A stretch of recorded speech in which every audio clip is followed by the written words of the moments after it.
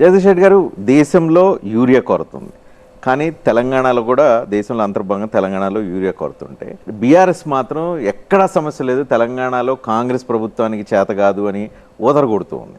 కారణం కేవలం ప్రజలను రెచ్చగొట్టడానికి ఇంకేమైనా ఉందా? రజనీకాంత్ గారు, ఇక్కడ అసలు బీఆర్ఎస్ ఇప్పటివరకు యూరియా కొరత మీద ఇంకేం కార్యక్రమాలు తీసుకోలేదు.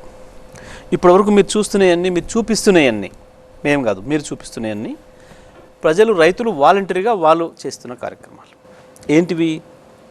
పోయి ఆఫీసర్ల ముందట ఎక్కడైతే యూరియా దొరుకుతుందని చెప్తారో వాటి ముందట పడిగాపులు కాస్తున్న విషయం ఒకరోజు 2 రోజులు కాదు, గత నెల రోజులుగా ఇది కొనసాగుతుంది.